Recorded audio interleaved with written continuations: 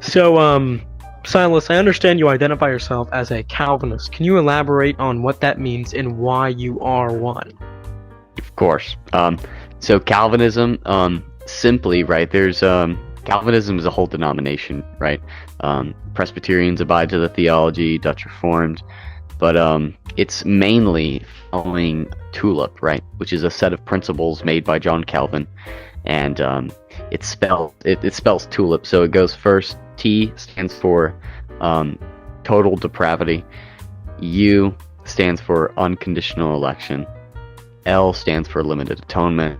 I stands for irresistible grace, and P stands for perseverance of the saints, right? Some of those are pretty complicated. I won't get into those, but the main point of Calvinism is definitely predestination. And the reason I believe in predestination specifically, and the way John Calvin taught it, is because of the verse in Ephesians chapter 1, verse 5. It goes like this. So, for just as he chose us in him before the foundation of the world, that we would be holy and blameless before him in love, he predestined us to adoption as sons through Jesus Christ to himself, according to the kind intention of his will. So that is definitely one of the biggest verses that supports predestination. And also the story of Paul is a good example of God's sovereignty in salvation.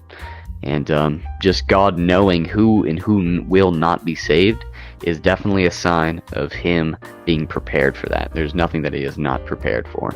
And even if we did have the choice to be saved, we wouldn't take it because we're blinded in our sin. And that's really the beauty of it as well.